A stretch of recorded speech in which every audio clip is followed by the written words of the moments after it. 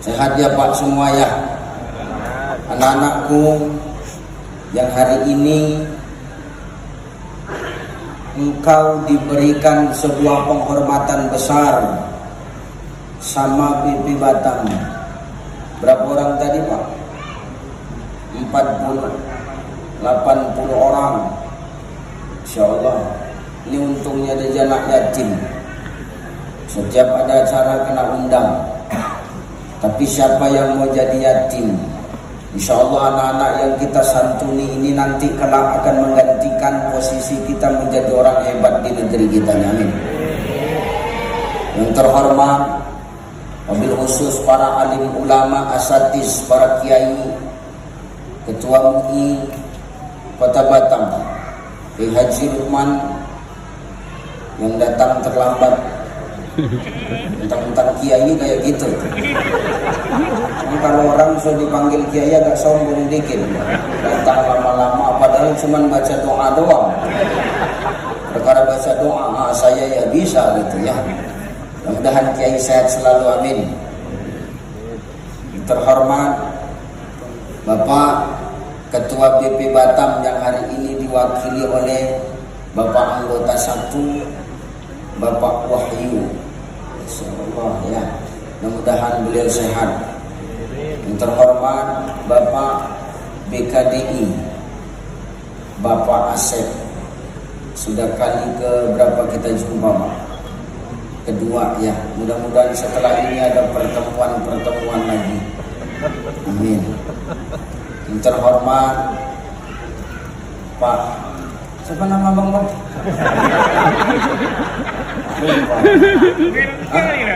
Bang Hatta. Mudah-mudahan beliau tabungan kurbannya bisa bekerja sama dengan baik ya. Siapa lagi yang mau kuhormati?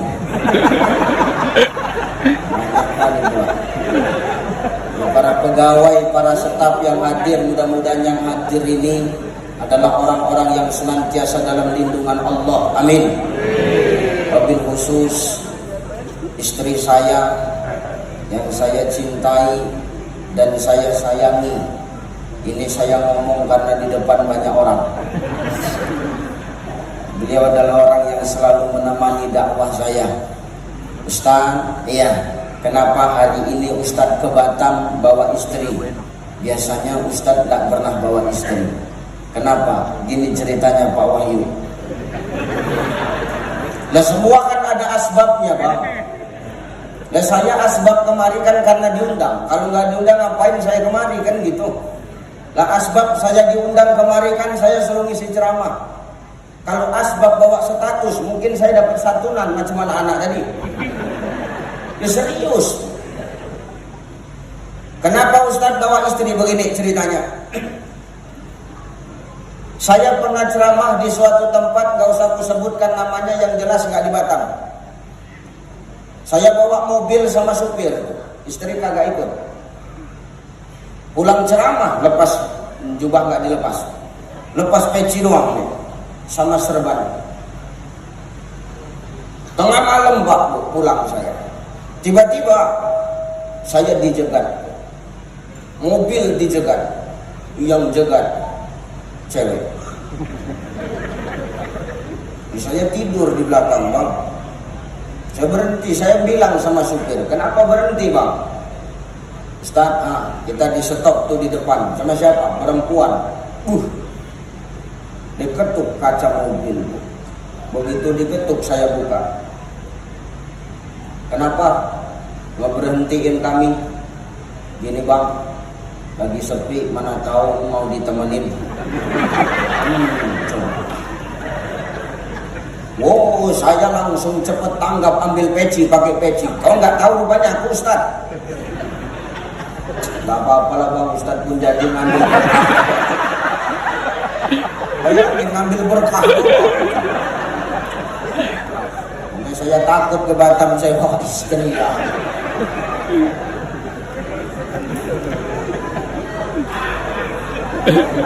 Oh iya, Masya Allah tuh pasukan biru ini apa nih? Damkar apa kalian?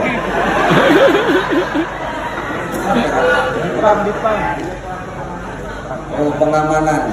Masya Allah. Lain baju kalian warna biru. Luar biasa ya, sehat-sehat bang ya. Memang pengamanan itu di atas. Ya, siap, mantap. Oke. Imam Al-Ghazali pernah ngomong kayak begini. Apa kata Imam Al-Ghazali? Majelis-majelis kayak begini ini majelis yang paling dirindukan sama Rasulullah. Kalau Rasul sudah rindu, Allah pasti senang. Kalau Allah sudah senang, pasti Allah bakalan cinta. Apa kata Imam Al-Ghazali? Imam Al-Ghazali menukilkan hadis Nabi, katanya kayak begini. Orang yang duduk di dalam majelis ilmu itu ternyata Allah kasih dua kelebihan, bang. Berapa? Berapa, bang? Berapa, bu? Apa ini yang dua? Kelebihannya. Apa itu, Ustaz? Satu. Ketika melihat majelis-majelis ilmu kayak begini, itu Allah langsung panggil para malaikatnya. Kat! Lah kan kayak begitu, coba Pak Wahyu kalau panggil anggotanya semana coba. Kat! Kemari. Samikna wa ata'na ya Allah. Kat! Turun tuh. Kemana? BP Batam. Di mana? Balai Ru. Malaikat langsung pesen tiket tanpa transit, tanpa delay. Nyampe. Malaikat nyampe kemari, ditengok kita pada ngumpul kayak begini, bang. Malaikat senang. Seketika malaikat langsung mengembangkan sayapnya. Dia bersujud kepada Allah. Lalu malaikat berdoa kepada Allah. Apa doanya malaikat? Ya Allah, ampunilah dosa orang-orang yang hadir pada hari ini. Amin. Tanda orang banyak dosa kayak begitu. Orang kalau banyak dosa, aminnya kencang bu. Amin. Gitu.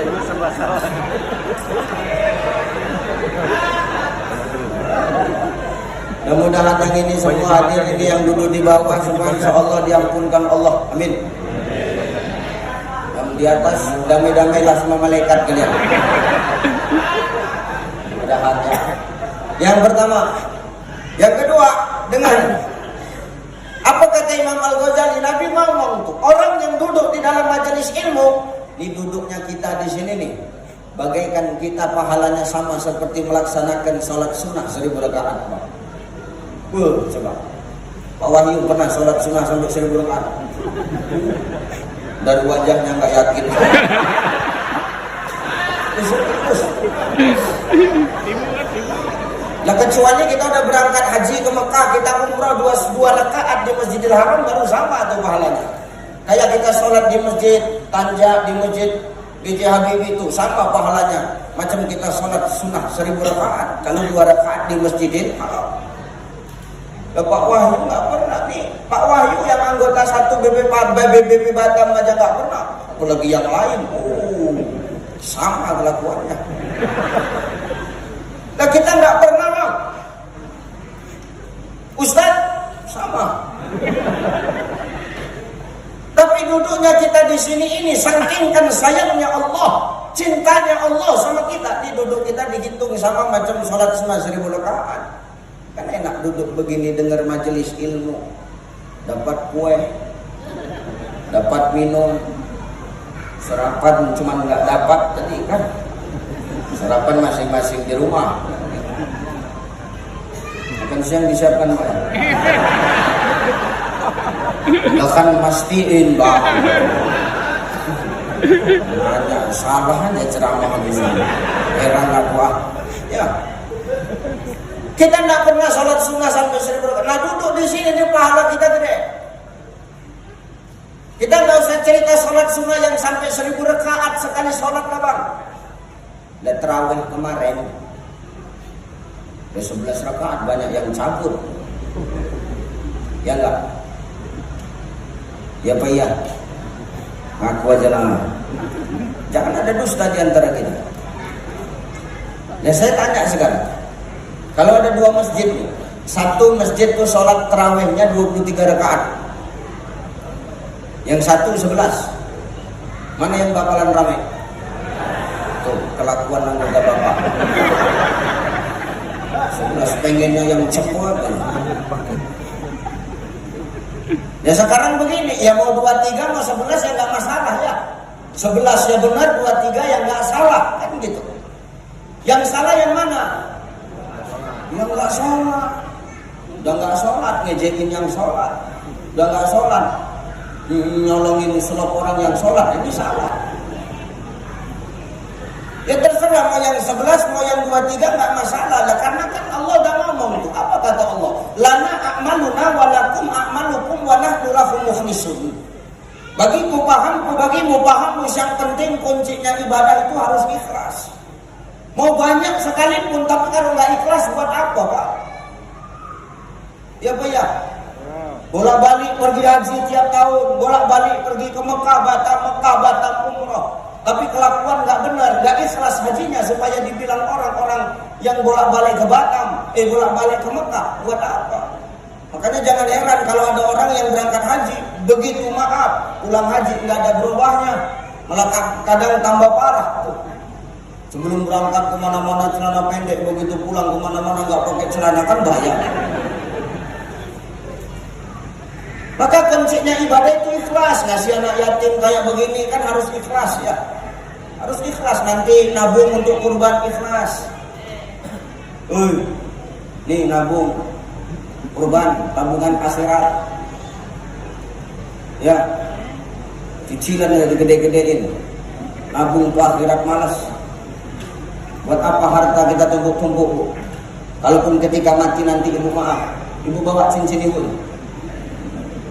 Sombong amat. Kerja di BP Batam, mentang-mentang bisa beli cincin banyak, semua jarinya 10 dikasih cincin. Jalan tangannya kaku begitu. Kemana bang? Sana atau sombong. Ketika mati dibawa enggak. Maka kuncinya ibadah itu kudu ikhlas. Biar kecil tapi ikhlas. Ngasih anak yatim. Nah kalau ngasih anak yatim kayak begini, ini kan ngasih makan anak yatim kan nggak setahun sekali ya Bu. Jadi jangan pas Muharram aja ngasih makan anak yatim. Kalau bisa tiap bulan Pak, undang anak yatim nih, kasih.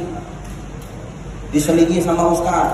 Gak usah jauh-jauh, yang dari Medan aja Ustaz Ucai tiap bulan undang. Biar tambah barokah. Ngasih anak yatim jangan sedikit tapi ikhlas, ini salah. Kalau ngasih anak yatim biar banyak tapi ikhlas, nah ini baru benar. Harus dibedain. Lah kalau kurban kan jangkanya setahun, biar 100.000 sebulan tapi ikhlas, kekurangan tambahin sendiri. Tapi kalau ngasih anak yatim biar banyak tapi ikhlas, nah ini baru sedap Bang. Saya pernah diundang di salah satu hotel di Medan sama pengusaha hebat di Medan Pak. Dia kasih makan anak yatim. 100 anak yatim dikumpulin. Nih, ingat ya, ibadah itu kualitas bukan kuantitas. Bukan perkara banyaknya tapi kualitasnya. Biar yang disantuni 10 orang tapi kalau isi amplopnya sejuta. Ini lebih baik daripada 100 orang tapi satu amplop 10.000 nggak ada guna Pak. Ini kan cerita Medan, kalau Batam enggak. Mengundang sampai 100 anak yatim. Saya ceramah, selesai ceramah saya ke toilet. Itu anak yatim pada ke toilet juga. Bukan kencing Bang, ngintipin amplop. Itu serius ngintipin amplopnya. Saya kencing di dalam tuh, saya dengerin aja. Kau berapa? Kau buka amplop kau merah, boy merah katanya. Dibukanya merah, bukannya merah 10.000 loh. Aku di dalam tuh ketawa aja. Begitu keluar dari kamar mandi gantian tuh anak kecil itu, anak yatim datengin aku. Kalian ngapain? Buka amplop Ustaz. Dapat 10.000 Ustaz. Ya udahlah, syukurin aja. Buka amplop Ustaz, enggak tahu sama.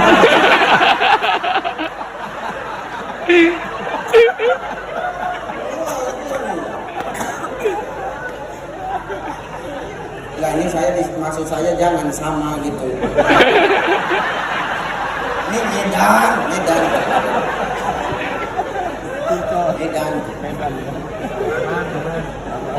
Nah kalau kasih anak yatim biar banyak, asal ikhlas. Nggak boleh sedikit ikhlas tuh anak yatim. Ara'aital ladzi yukadzibu bid-din, fadzalika alladzi yad'ul yatim. Tahukah kau orang yang mendustakan agama? Kita nggak usah ngomongin orang-orang yang mendustakan agama yang di luar sana Bang. Tarik sama diri kita. Ara'aital ladzi yukadzibu biddin, tahukah kalian orang yang mendustakan agama? Salah satunya fazalikal ladzi yad'ul yatim, dia orang yang menghardik anak yatim, dia lupa sama anak yatim. Ini anak-anak yatim di jalan kita ke surga nih bang. Kata Nabi, siapa yang menyayangi anak yatim maka dia menyayangi aku nanti di surga bersama dengan aku bagaikan dua jari. Itu Nabi nunjuk jari telunjuk sama jari tengah, dekat kita sama Nabi. Maka disunahin kita kalau santunan anak yatim, kita usap kepala anak yatim. Sebanyak rambut yang kita usap, segitu banyaklah pahala yang Allah kasih. Tapi bukan berarti maaf, anak yatim yang kepalanya botak nggak kita panggil ya. Terus pilih-pilih, yang botak-botak diseleksi. Oh botak pinggir. Belum anak yatim sepada botak, yang botak pinggir, yang botak pinggir. Enggak ini anak yatim bawahnya.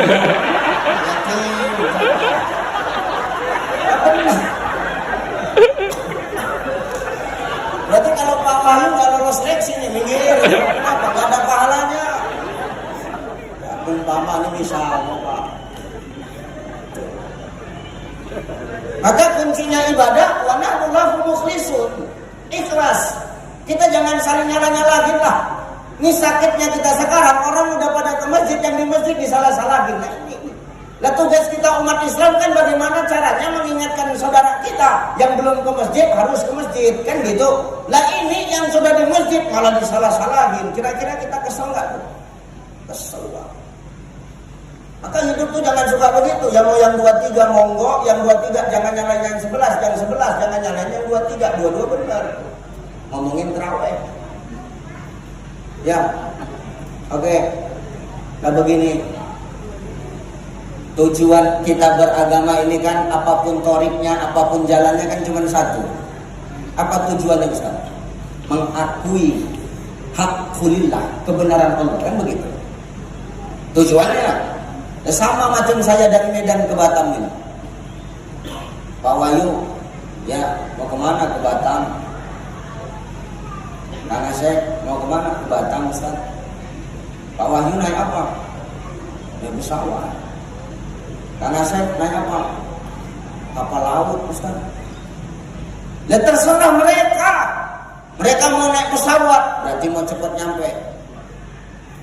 Kang Asep naik kapal, ya berarti mau santai. Apakah mereka berbeda jalan, kita saling nyalahin? Enggak. Ketemunya di mana? Batam bang. Walaupun yang nyampe duluan umpamanya Pak Wahyu kan gitu. Nyampe ke Batam, jalan kemana-mana ya. Nah begitu sampai sini ketemu, Pak Asep, Pak Wahyu, kapan nyampe? Barusan. Kata Kang Asep, kenapa lama naik kapal kan gitu. Jadi agama tuh kayak begitu, kita nggak usah nyala-nyalahin lah. Kita punya tariknya masing-masing, kita punya jalannya masing-masing. Tujuan ibadah cuma satu, haqqulillah, mengakui kebenaran Allah. Selebihnya nggak usah dipikirin. Alaihissallahu biahkamil hakimin. Allah tuh hakim yang seadil-adilnya. Enggak usah recok.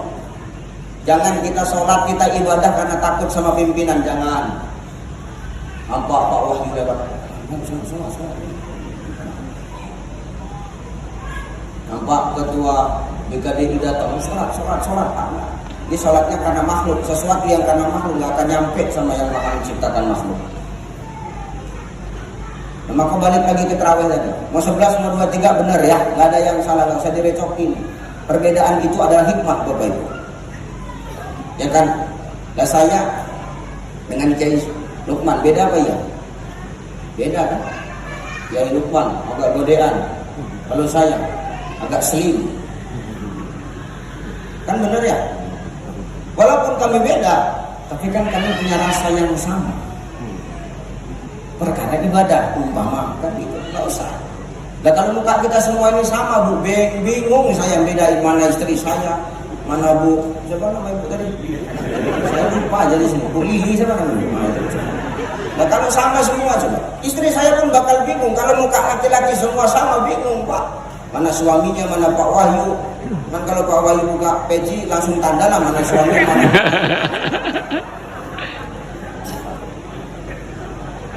Nah kita duduk di sini, sholat kita dihitung sama macam kita sholat sunat 11.000 rakaat. Nah terawih 1, 2, 3, 1, 11. Mana yang bakalannya rame? 11 ya. Nah yang 11 ada 2 model nih. Dengar. Model yang pertama imamnya lama. Model yang kedua imamnya kencang. Mana yang bakalan rame? Coba jawab jujur dulu. 11 rakaat ada 2 versi. Yang satu imamnya kencang, yang satu imamnya lama. Mana yang rame? Coba lakukan anggota Bapak. Kalau sholat tarawih 11 rakaat tapi imamnya lama, ibu-ibu di belakang ngomel. Imamnya Kang Farhan beliau qori, mentang-mentang suaranya cantik, langgamnya bagus, napasnya panjang, akan takbir sampai semenit.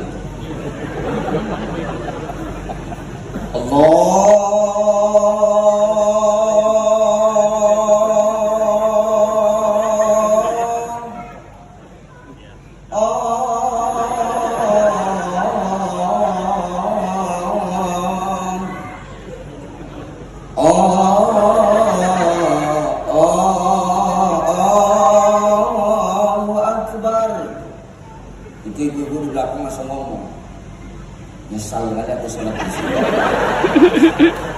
Ini jam 12 malam pada siang. Ghairil maghdubi alaihim waladdallin. Amin. Bismillahirrahmanirrahim. Yasin. Wal Qur'anil Hakim. Tuh ibu-ibu langsung nyambung tuh, imam memang gak ada otak.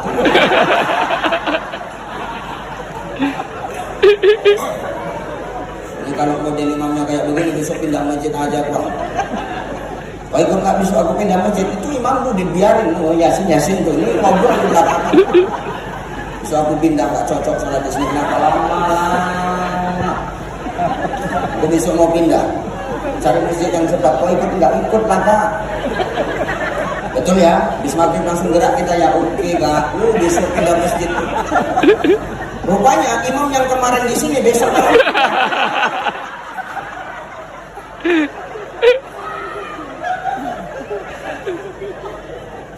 Begitu ditanya imamnya, ini lagi. Sia-sia dia, di mana-mana dia. Ada kan di pikiran najian masjid nih, entah apa nyuruh Ustaz menjadi imam.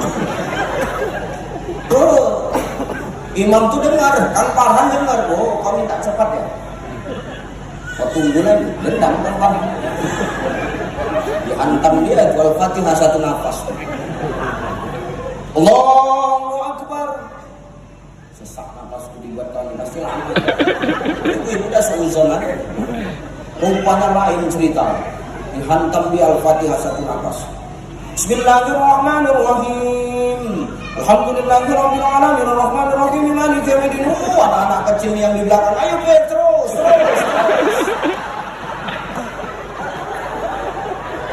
Saking kencang baca Fatihah lupa sama surat.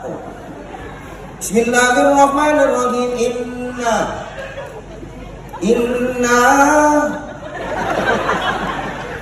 Inna anak kecil itu nggak sabar. Inna lillahi wa inna selesai.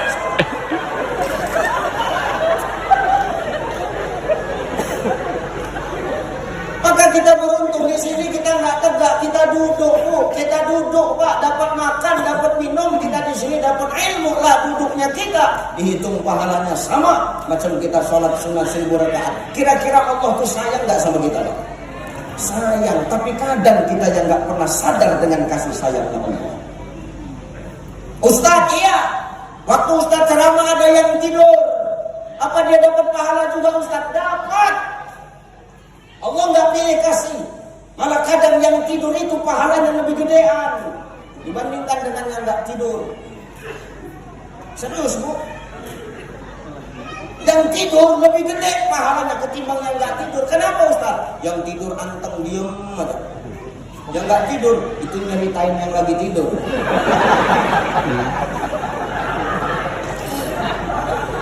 Yang tidur tenang pahalanya numpuk, yang nggak tidur karena nyeritain yang tidur berkurang pahalanya. Maka ini tanda sayangnya Allah sama kita. Maka patutlah kita bersyukur kepada Allah. Sebab hari ini Allah masih titipkan Ar-Rahman, Ar-Rahimnya kepada kita. Lah Allah itu kan Ar-Rahman, Ar-Rahim. Ar-Rahman pengasih. Siapa saja dikasih sama Allah. Mau anggota satu, mau ketua BKDI, mau ketua MUI, mau orang bank, mau orang kemana, mau orang Basnas, mau ibu apa jabatan ibu?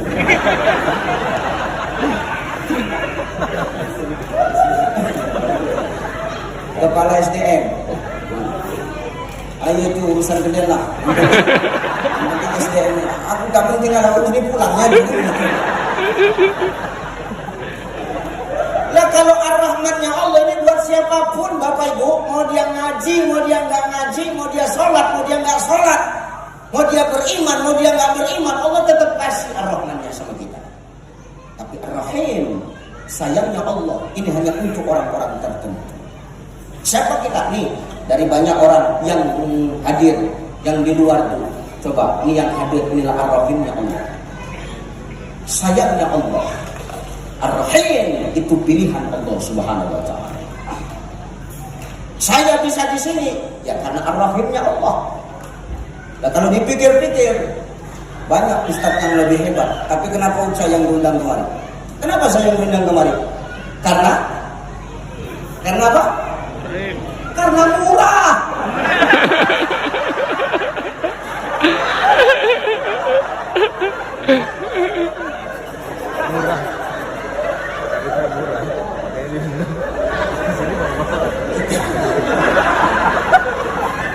Serius bang, dan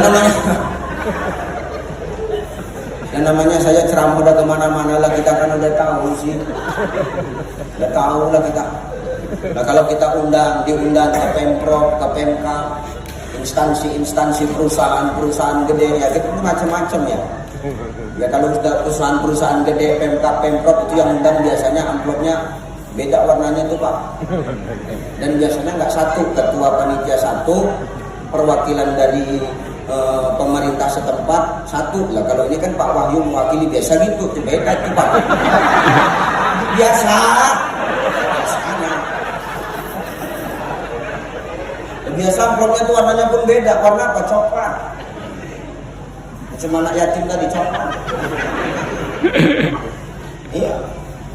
Itu paling sedikit biasanya 10 juta lah biasanya nggak usah dipikirin, ini biasanya.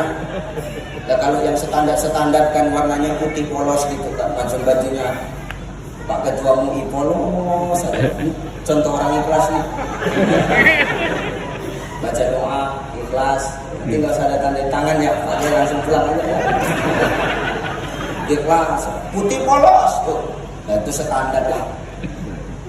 Nah yang sedih kalau ngisi di pengajian ibu-ibu, ini warnanya merah putih biru, itu paling kenceng celing ngerti? Supaya limpul bang. Dan itu masih lumayan, ketimbang kadang-kadang ada yang zolim tuh. Zolim itu apa? Ada syukuran, saya suruh datang baca doa, habis baca doa itu nggak pakai amplop, masukin aja langsung ke kantong saya. Ini zolim namanya. Zolim apa Ustaz? Limpul atau beramplop.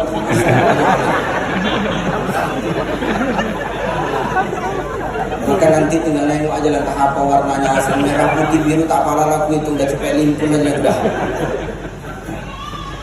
Maka sayangnya Allah sama kita hari ini dikasih hidup. Nah maka kita harus bersyukur dengan nikmat hidup ini Bapak Ibu. Nikmat hidup, nikmat sehat, ini adalah nikmat yang paling mahal di antara nikmat-nikmat Allah yang lain. Jangan kita maaf, nikmat paling hebat itu nikmat harta, salah. Harta itu nikmat paling kecil Bapak Ibu. Nikmat paling kecil. Tadi udah dapat amplop belum nih? Kenapa dia maju-maju? Orang anak Batam, mau 2 kali aja mau. Allah A1 pun belum, dia mau 2. Maka nikmat terkecil itu sebenarnya harta Bapak-bapak, harta Bu. Bukan nikmat terbesar dalam hidup kita ini harta, enggak. Hidup sama sehat itu nikmat paling mahal. Maka selagi hidup, selagi sehat, manfaatin untuk ibadah. Manfaatin untuk ibadah. Lah kita ini kan semua banyak dosa. Siapa di sini yang nggak punya dosa? Aku mau tahu dulu. Yang udah tua ya, yang udah balik. Ada di sini kira-kira kita yang nggak berdosa? Semua kita berdosa. Basnas, dosa nas. Ada Pak Dos, temen aku. Ada. Anggota 1 BP Batam. Ada dosa. Ketua BKDI, ada. Ustadz ada. Kita semua ini punya dosa. Makanya karena Allah tahu kita punya dosa, kita dikasih hidup supaya apa? Semakin bertambahnya tahun kita manusia ini semakin harus lebih baik. Innal ladzina amanu wal ladzina hajaru wajahadu fi sabilillah. Sesungguhnya orang yang beriman itu adalah orang yang senantiasa hajaru, kata Allah. Dia hijrah, dia pindah, dia terus berproses menjadi lebih baik. Karena dia sadar. Karena apa? Dia sadar orang yang beriman itu adalah orang yang tidak pernah puas dengan amal ibadah yang dia miliki hari ini. Jadi kalau ada orang yang ngaku beriman kepada Allah lantas dia sombong dengan amal ibadahnya, ini imannya dipertanyakan tidak? Memang begitu Pak. Saya ceramah di mana-mana. Anak-anak kecil itu suka dekat sama saya. Kenapa? Pikir orang itu aku kawan orang itu. Karena modelnya sama. Kita kenal kawan aku ceramah kan. Apa? Ya, ini kan kata Sultan Muhammad Al-Fatih, kalau ada anak-anak yang recok di masjid, recok di majelis-majelis kayak begini, ya nggak usah dilarang, biarin aja. Kenapa? Kata Sultan Muhammad Al-Fatih, senangnya anak-anak di majelis ilmu di masjid itu tanda gembiranya para malaikat. Tuh para malaikat-malaikat, jangan berisik, jangan dimarah. Kadang-kadang kita maaf jadi BKM terlalu kaku Pak. Anak-anak recok di masjid kita marahin Bang. Recok anak-anak di masjid.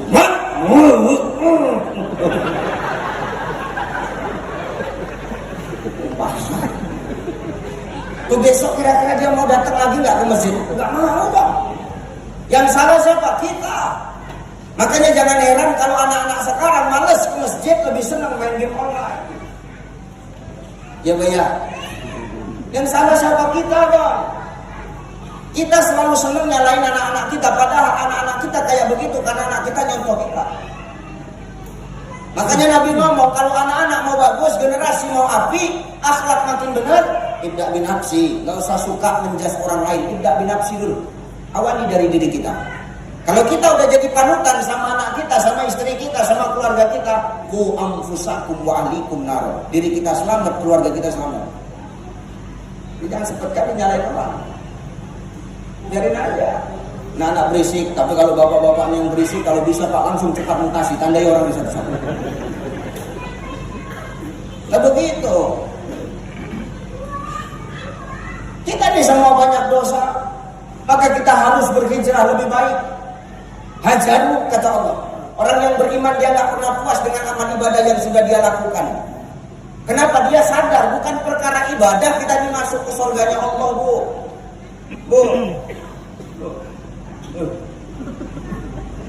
Bang, bukan karena ibadah kita ini kita masuk ke surganya Allah. Enggak. Kita ini dimasukkan Allah ke dalam surga karena apa? Ridhonya Allah. Irji'i ila rabbiki radiyatan mardiyah. Karena ridhonya Allah kita masuk. Kalau perkara ngomongin ibadah, kita bisa masuk surga. Kenapa tuh? Di zaman Nabi pelacur yang kerjaannya tiap hari, tiap malam, tiap saat jual diri. Tapi gara-gara ngasih minum seekor anjing, mati dia, dimasukkan Allah ke dalam surga. Maka bukan perkara ibadah. Maka jangan sombong, mentang-mentang di mana-mana diundang pakai gamis, nih pakai sal, pakai tanjak kayak Ustaz Subhan. Biasanya beliau pakai tanjak, saya pakai peci. Terus kita bangga dengan amal kita, enggak boleh begitu. Karena yang masukin kita redongnya Allah. Berapa banyak orang yang celaka karena amal ibadahnya? Kenapa begitu Ustaz? Karena dia sombong dengan amal ibadah. Maka nanti kan ketika kita mati semua, kita kan semua kan bakal mati nih Pak. Siapa yang gak mati di sini? Mau tahu dulu? Ya perkara siapa yang duluan itu urusan Allah Ta'ala kan. Bisa jadi bapak ibu duluan, saya belakangan, atau saya belakangan, bapak ibu duluan. Ini Allah yang ngatur. Orang kaya, orang miskin, raja-raja, anggota BP, serius, ketua BKDI, ketua Basnas, ketua MUI, Ustaz Ucai, mati. Kita semua bakal mati. Salahnya kita kadang-kadang beranggapan kalau kita udah mati, kita bawa amal. Ini yang salah Pak. Saya Ustaz yang membilangkan kalau orang mati itu tidak bawa amal. Aku yang bilang.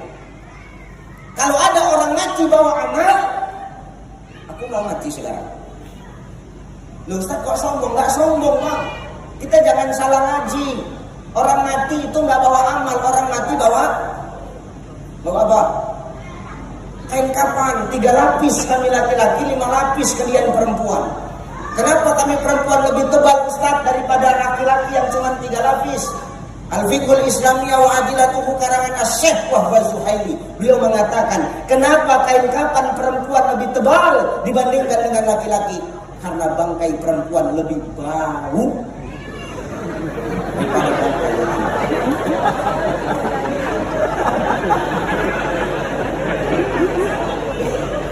Serius. Kalau nggak percaya mati duluan. Nanti kabarkan sama saya. Nah, kita semua ini bakal mati dan nggak ada orang yang mati itu bawa amal. Enggak. Kalau orang mati bawa amal, nah saya mau duluan. Loh Ustaz kok kayak gitu ngomong ya sombong. Dan ini makanya dijelasin. Kalau orang mati bawa amal, nah begini.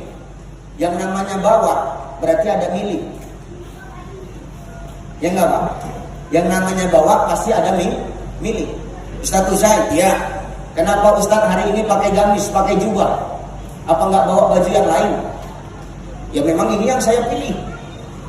Kenapa Ustaz pilih jubah? Ya karena jubah ini yang saya bawa.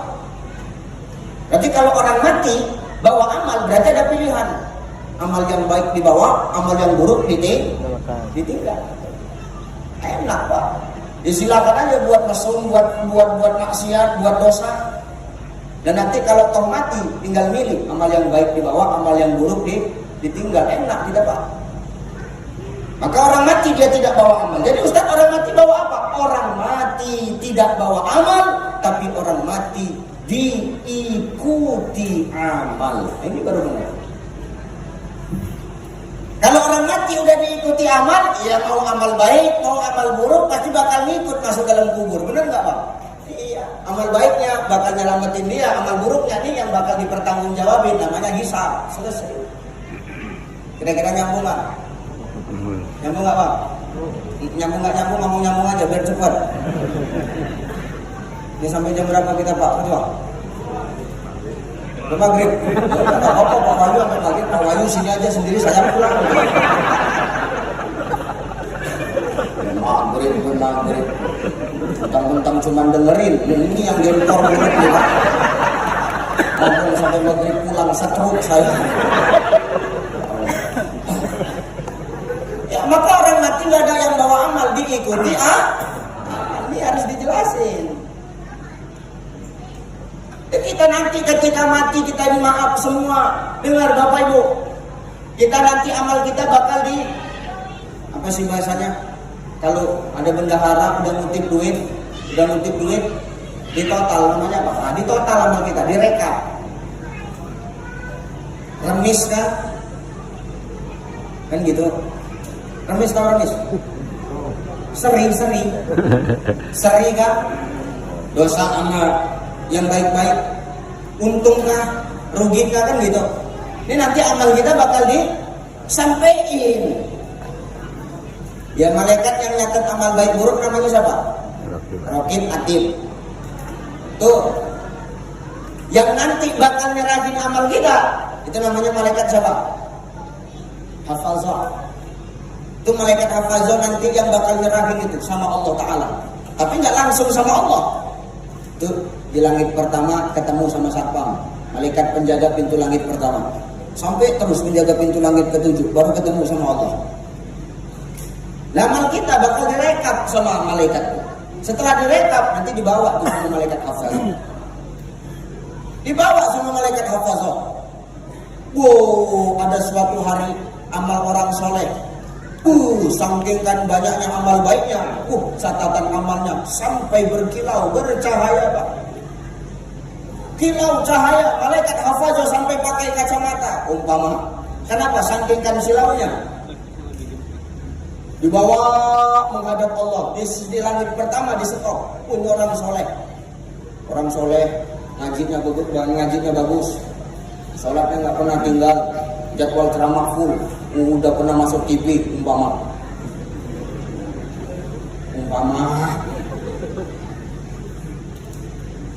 Ini amal dibawa sampai di langit pertama disetok sama malaikat. Setok, hafazah. Kenapa? Ini amal siapa ini? Amal orang soleh. Ini udah pernah masuk TV. Ini jadwalnya ada. Ngajinya benar. Iya, namanya siapa? Ucai. Umpama. Kenapa? Silau malaikat menengok amal itu. Saking kan banyaknya amal baik. Lalu dibuka amal itu, diperiksa sama malaikat penjaga pintu langit pertama. Kertas semua kertasnya dibuka satu persatu. Bagus. Paten. Iya, demen ini keren nih. Iya, lembaran terakhir ke malaikat penjaga pintu langit pertama langsung amalnya bagus tapi ketutup sama satu perbuatan. Apa Ustaz? Dia suka menggerutu.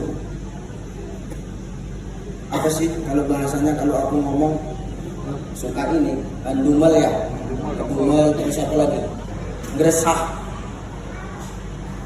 itu kayak bagaimana? Jauh-jauh ceramah di Batam dikasih cuma segini, itu umpama. Itu umpama Pak. Itu gara-gara yang kayak begitu, itu hilang amalnya Pak. Lah Ustadz ini kita udah paham lah. Ustadz Subhan pun mungkin udah paham. Yang namanya Ustadz begitu selesai diamplopin, itu maaf, amplop nggak pernah utuh sampai ke rumah, dibuka di jalan, diperiksa. Biasanya kayak begitu. Kalau Ucai enggak, kenapa? Langsung setor sama bendahara. Enggak bisa. Jauh-jauh cuma segini. Nah itu kalimat yang kayak begitu itu. Ini yang bisa merusak amal. Apa kata malaikat penjaga pintu langit pertama? Ditutup buku catatan amal. Apa kata malaikat penjaga pintu langit pertama? Lemparkan ini catatan amal ke muka si Ucai. Kenapa? Gak ada gunanya dia ibadah. Kenapa? Dia masih ngedumel, dia masih ngerasa, dia masih apa? Ngeresah. Dicampakkan malaikat tuh ke muka aku. Maka orang yang beriman yang dicari adalah redhonya Allah. Redhonya Allah itu yang bisa menghantarkan kita ke surganya Allah. Bukan perkara ibadah kita ini masuk ke dalam surganya Allah. Maka jangan sombong dengan amal ibadah yang sudah kita buat. Kalau hari ini kita sudah baik, hajarunya sudah benar, lanjutin. Tapi kalau hari ini kita masih punya kekurangan, tutupin tahun ini dengan kebaikan-kebaikan itu. Innahu kana tawwaba, Allah itu maha penerima taubat. Gak ada kata terlambat. Yughargir malam yughargir, dighargar nafas itu berbolak-balik. Tapi kalau umat Muhammad mau bertobat kepada Allah, Allah ampunkan dosa-dosa. Jangan pernah puas dengan amal ibadah, hajar, hijrah, pindah. Wajahadu fi sabilillah. Kalau sudah hijrah, kalau sudah pindah, wajahadu fi sabilillah, dia istiqomah di jalan Allah. Dia pertahanin untuk hijrah. Ustaz, al-imanu yajid wa yanqus. Iman itu kan memang kadang naik, kadang turun Ustaz. Bagaimana caranya supaya iman itu naik terus? Nah begini Bang, ya semua kan punya handphone ya. Handphone kalau habis baterai, handphonenya yang dibuang apa dicas? Dicas. Ngecas handphone di mana? Di di listrik. Lah kita kalau iman kita sudah menurun, dicas. Ngecasnya di mana? Jangan di listrik. Cegah kita, Bang. Di mana nih? Di majelis ilmu, berkawan kita sama orang-orang yang baik. Insya Allah kita bakal ketularan tuh baik. Bakal ketularan kita manfaatnya. Maka kalau ngomongin manfaat itu bukan hanya perkara materi aja, Bu. Bukan perkara materi aja, Pak. Kita datang, orang senyum, orang senang karena kedatangan kita. Ini manfaatnya. Tandanya orang manfaat itu kayak begitu. Dia datang, orang senang. Dia belum datang, orang kecarian. Sama macam kiai tadi, belum datang, tapi nyariin kemana kiai. Bingung kami, siapa nyari nanti pengganti doanya. Itu maksudnya, bukan yang lain-lain. Itu betul. Itu tanda orang manfaat. Dia datang, orang senang, dia nggak kelihatan. Oh, kita kecarian.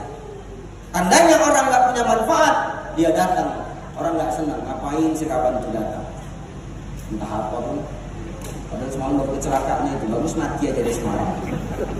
Bisa. Dia nggak datang, orang senang. Ini orang yang hidup nggak punya manfaat. Maka selagi hidup ini sebarin manfaat.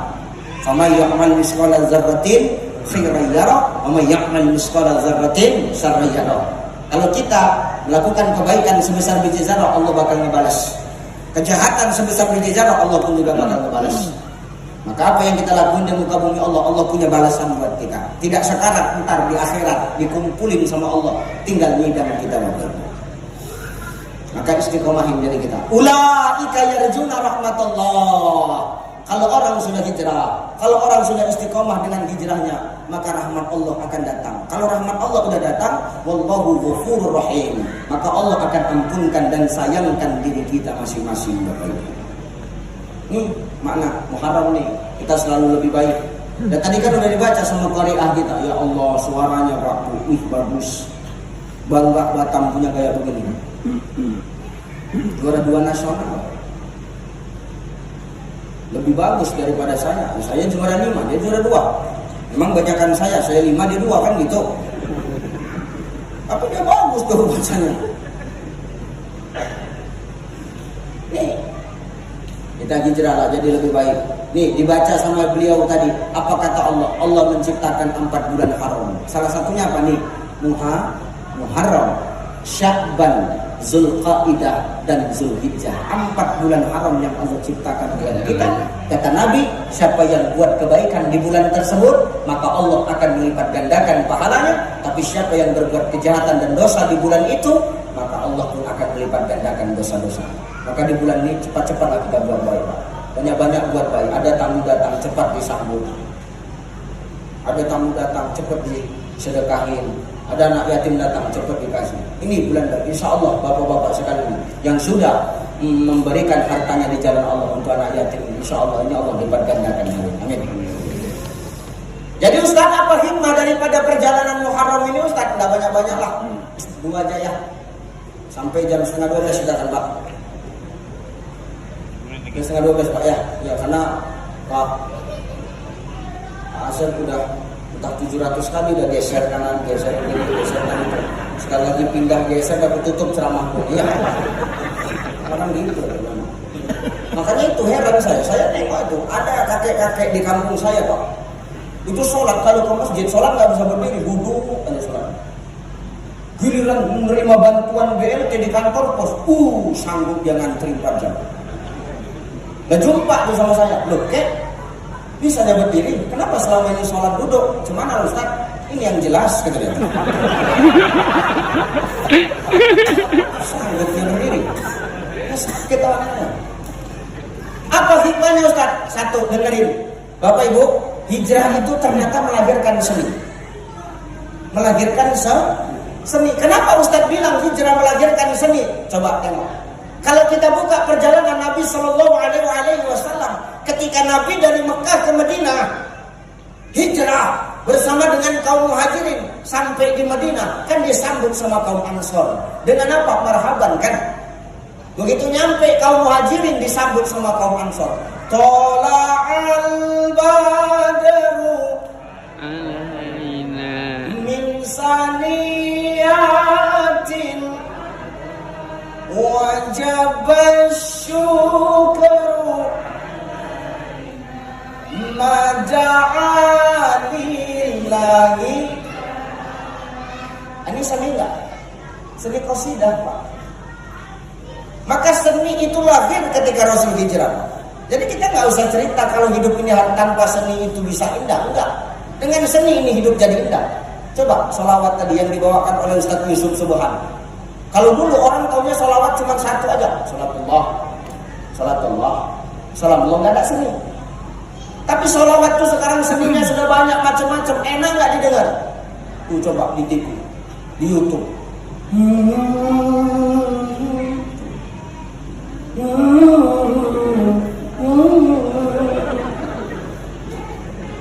Bukan ini. Billahatil atau fi masyaallah. Meleleh. Air mata. Karena lapar.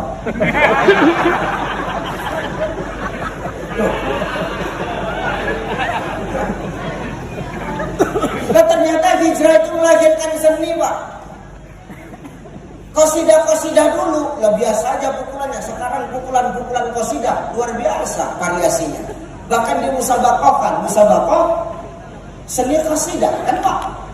Tiap tahun tuh dibuat. Ibu-ibu yang dulu main qasidah hanya lucu-lucu, sekarang keren-keren pukulannya. Ya kan, Bu? Dari dahulu hingga sekarang. Satu jadi penyanyi, yang belakang jadi makmum. Belakang itu giliran tukang nyaut-nyaut aja tuh. Dari dahulu hingga sekarang. Di belakang salalalala. Kan begitu. Kaum wanita gemar berdandan salalalala. Berhias diri berbusana rapi salalalala. Gitu ngapa, woi? Diam aja kalian, enggak enak.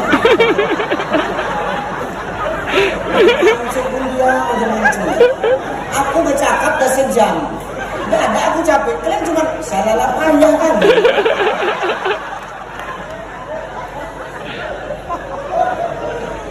Coba ulang. Dari dahulu hingga sekarang. Keren. Kaum wanita gemar berdandan, berhias diri berbusana rapi, berseri-seri sepanjang hari. Masuk nada tinggi. Berhias tadi larang, itu pun kebutuhan. Enak dengar lagu-lagu dulu. Dan tidak pernah aku tengok lagu kasidah kalau orang nyanyi kasidah yang aneh-aneh, enggak. Paling goyangnya cuma 4 macam, ke kanan, ke kiri, ke depan, ke belakang ya. Dari dahulu hingga sekarang, kaum wanita gemar berdandan, gitu aja. Enggak pernah aku tengok orang nyanyi lagu kasidah goyang. Dari dahulu.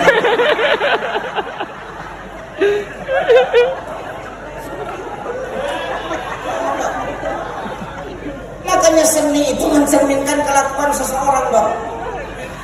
Ya kan? Kalau bawain lagu salawat anteng aja bawanya.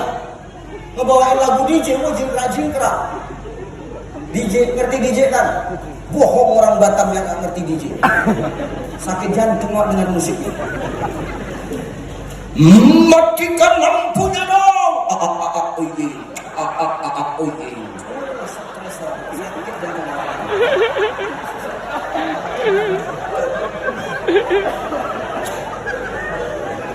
Maka seni itu boleh selagi seni itu tidak melanggar aturan agama Allah. Lanjutin, Bang. Sama macam dakwah ya, dakwah ini kan kudu harus pakai seni.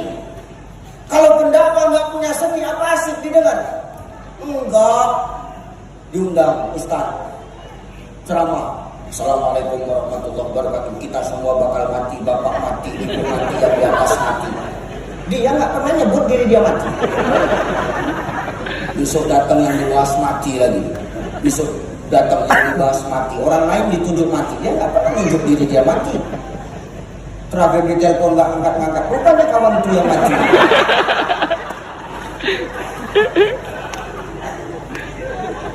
Dakwah ini kan kudu harus punya Seni, mau'izatul hasanah, penyampaian yang baik harus disampaikan dengan sesuatu yang baik. Nabi itu berdakwah punya seni, ngadepin orang tua kayak begini, ngadepin nenek-nenek kayak begini. Karena sebenarnya salah susunan dulu. Cantik-cantik di belakang, yang tua-tua ngapalah di depan. Saya jauh-jauh dari Medan sampai sini mau ngilangin capek, makin tambah capek. Dan Nabi kan punya seninya masing-masing, ngadepin orang tua kayak gimana, ngadepin anak remaja kayak gimana, ngadepin anak-anak kayak gimana. Makanya Nabi itu masuk di semua unsur golongan kehidupan lapisan masyarakat, Bapak Ibu. Kenapa? Nabi punya seni dalam berdakwah. Dan saya gaya dakwah saya kayak begini. Lain tuh sama musisi siapa, Bang Haji Roma Irama. Lah kan punya gaya sendiri dalam berdakwah ya. Dia nggak ceramah tapi nyanyi tuh. Lagunya semua isinya dakwah, Bang. Nganteng ceret. Begadang jangan begadang. Kalau tiada artinya, begadang boleh saja. Kalau ada jandanya, kan gitu tuh ya. Sampai viral tuh lagu janda sekarang. Sekarang ini orang kalau nengok orang yang rambutnya perak tuh pikirnya janda aja. Ya kan? Sampai lagunya di mana tuh? Kuda yang mana? Kuda yang mana? Tuhan selalu. Kuda yang putih di dalam kandang. Janda mana? Wahyu senang.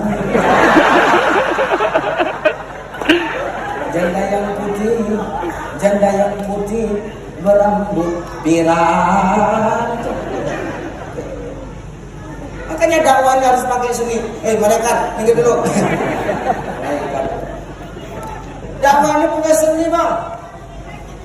Kalau dakwah nggak punya seni, nggak bakal nyampe dengan mudah ke masyarakat. Maka seni itu dilahirkan ketika Rasul hijrah. Hijrah melahirkan seni. Saudara kita di Pulau Jawa, coba kalau sedang muharraman kayak begini, ya punya seninya masing-masing ya. Kiai, ya saya juga orang Jawa, aslinya saya suku Jawa. Nah kalau di Jawa ada ambengan, di Sumatera masih ada ambengan, Bang. Ambengan ngerti nggak? Ngumpulin berkat tahu Bang? Nasi bawa nasi, tukar-tukaran kiai ya. Itu diwujudkan pakai impun-impun, ya saya bisa impun-impun. Ustaz silakan, oke, kalau nuwun dumateng kula sedaya bapak lan ibu mugi-mugi diparingi Gusti Rahayu slamet nggih. Nggih. Yang dari rumah bawa ayam, nanti ada yang bawa Indomie, ada yang bawa telur, sampai masjid ditukar makanan itu.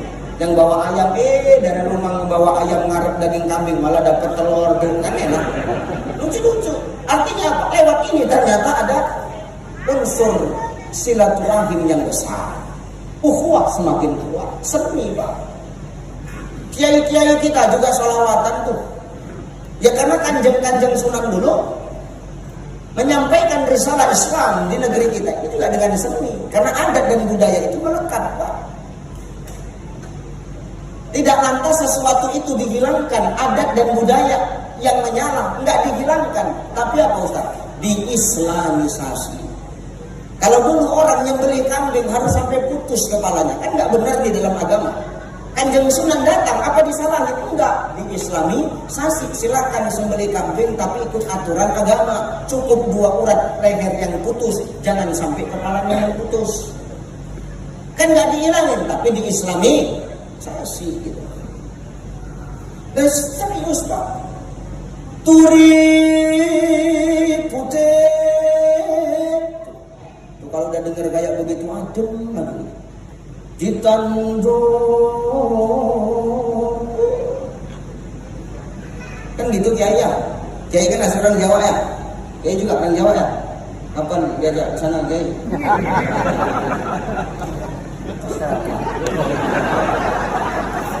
Kadang-kadang Ustaz sama Ustaz ini payah kalau ngasih jadwal.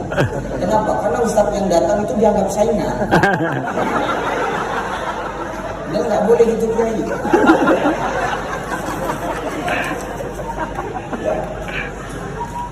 Ya begitu. Nah, saya kan nggak mungkin bahas kejawen di sini. Ini nggak paham nanti. Ternyata seni itu mempermudah dalam dakwah. Lagi-lagi seni tilawatil Quran. Ya kan? Kalau baca Quran nggak pakai seni, kira-kira enak nggak didengar bang? Nggak enak. Nggak usah cerita baca Quran, azan saja kalau nggak ada seninya, enak nggak didengar? Enggak. Mau masjid segede masjid Tanjak, tapi kalau yang azan nggak punya seni nggak asik. Allahu Akbar. Allahu Akbar. Asyhadu an la ilaha illallah. Asyhadu an la ilaha illallah. Bukan makin ramai, itu yang dengar di rumah suntuk. Azan apa umur kamu? Tapi kalau sudah azan dengan lahirnya seni tilawatil Quran, orang azan pun punya langgamnya masing-masing. Ada lagunya masing-masing. Ada yang bayati, nahwan, hijaz, ros dan lain sebagainya. Asik pak. Seni membawa azan jadi indah. Seni tilawat. Subuh diputar itu azan Mekah. Allah.